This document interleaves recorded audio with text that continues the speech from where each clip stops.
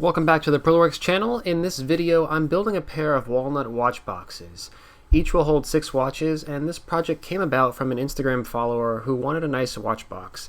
He had seen some of my past boxes and wanted one too. I decided to make a second one to post for sale, so check the link in the description below if you're interested in checking it out.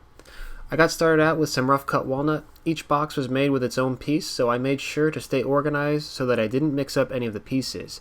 Each had a fairly distinct grain and appearance, and it would have been pretty obvious if I mixed things up. I resawed the material with the table saw and carefully observed it for an oddly long amount of time. Then I took to the joiner to continue the milling process. For most boxes this size, I like to stick with 1/2 inch thick material. This thickness seems in proportion to these size boxes. Anything thicker looks a little too heavy, and anything thinner might be a bit too delicate for the purpose it's serving. I'll continue to mill this down at the planer, put a nice edge on at the joiner, and then take it to the table saw to rip it to width, and then finally cross cut it to length.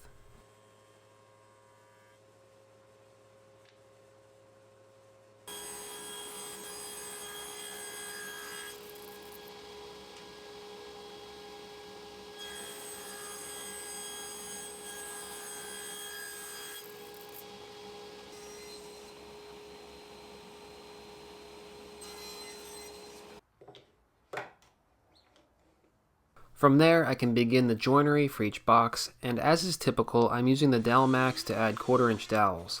Using butt joints on boxes like this, or even larger cabinets, is a design element that I seem to have adopted for most of my work. I just like the way it looks. It's utilitarian, simple, and works well.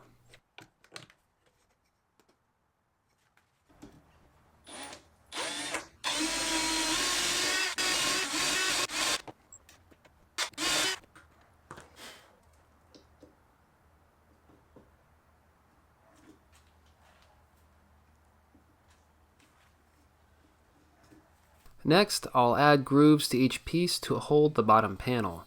The short sides get through grooves, which is simple enough at the router table, but the long sides require stopped grooves. I mark a few lines indicating the outside thresholds of my bit and carefully plunge the piece down. When I get to the end, I stop the router and lift the piece off. Ta-da! Stopped groove.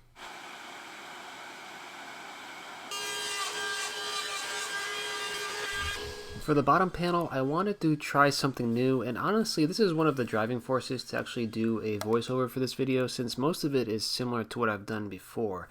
Typically, I use a light colored wood for the inner dividers, but the bottom is still walnut. So when you look inside, you see light dividers and then a dark bottom.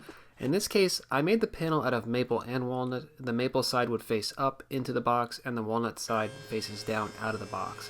It's a subtle detail, but I was pleased with how it turned out.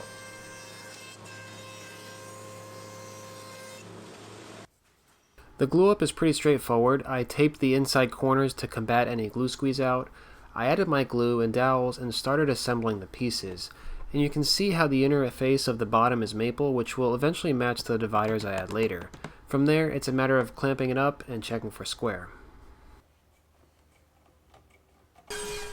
With the boxes and clamps, I got started with the lids. These lids are very similar to the ones I made for my mini barrister bookcase. Link in the description below, plans available, thank you kindly. The lids have half laps at each corner, then receive a rabbet to hold a piece of glass. During this part of the build, I was a bit unsure how tall or thick to make the lids. I needed it to be thick enough to hold the top half of the brass latch, but I didn't want it to look too fat relative to the long and narrow box it would sit on. In the end, I made them about 7/8 of an inch thick, which gave about an 1/8 inch of extra material for the latch to sit in.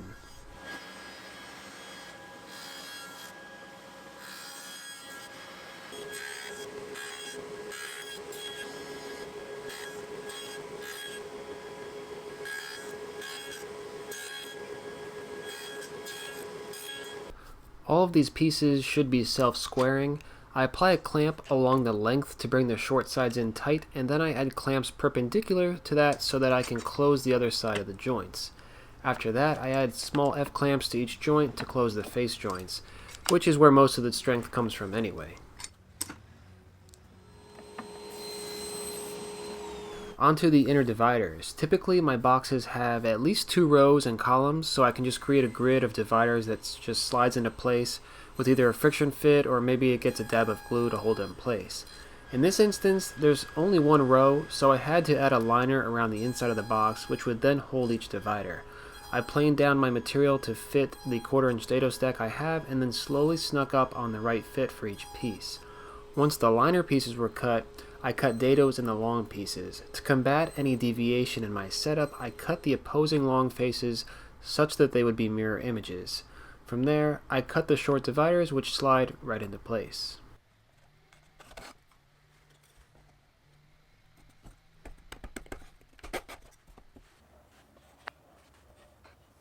Next, I glued the liners into place. I applied a decent amount of glue, but kept it away from the top edges so that it wouldn't squeeze out and cause an annoying cleanup job. I used the short dividers as pseudo clamps for the long sides, and off camera I added some clamps to the short side liner pieces.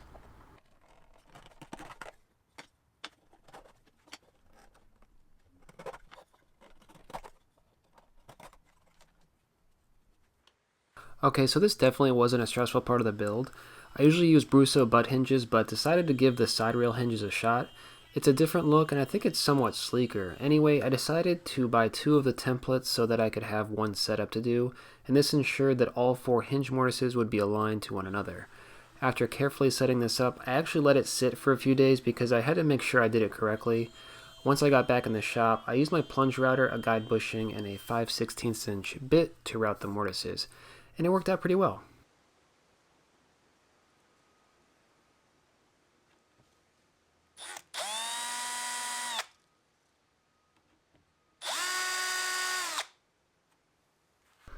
The next step was to route the mortises for the brass latches, also from Brusso Hardware.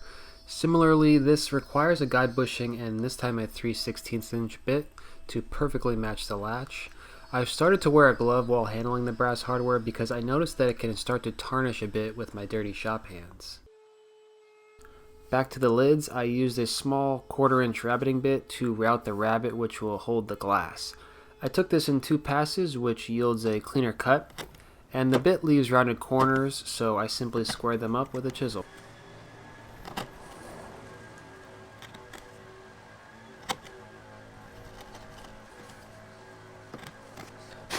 To play off the brass accent theme, I decided to add some 1/8-inch brass plugs or brass rods to the lids and box corners.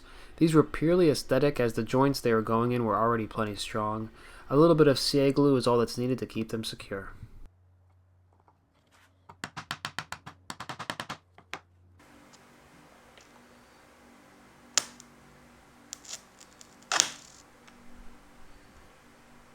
What? Somehow I broke my glass cutter. I have no idea how because it's just a little wheel and a stick. Anyway, I got another one and cut the glass to size.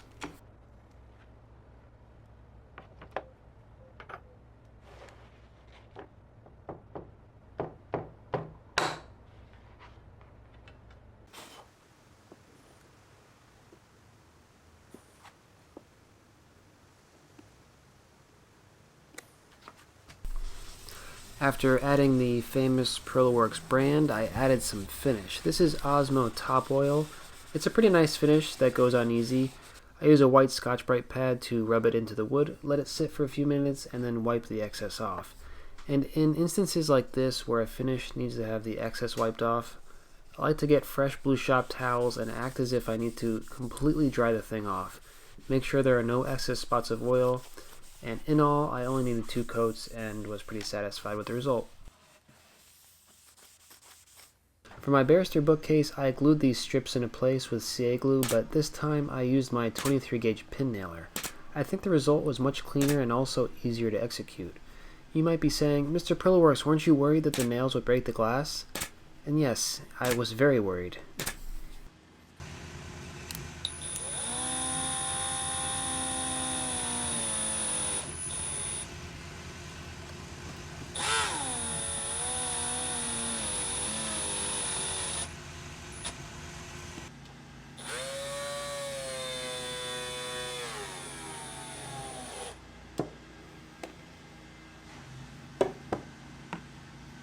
After installing the hinges, I glued the latches in place using 5-minute epoxy.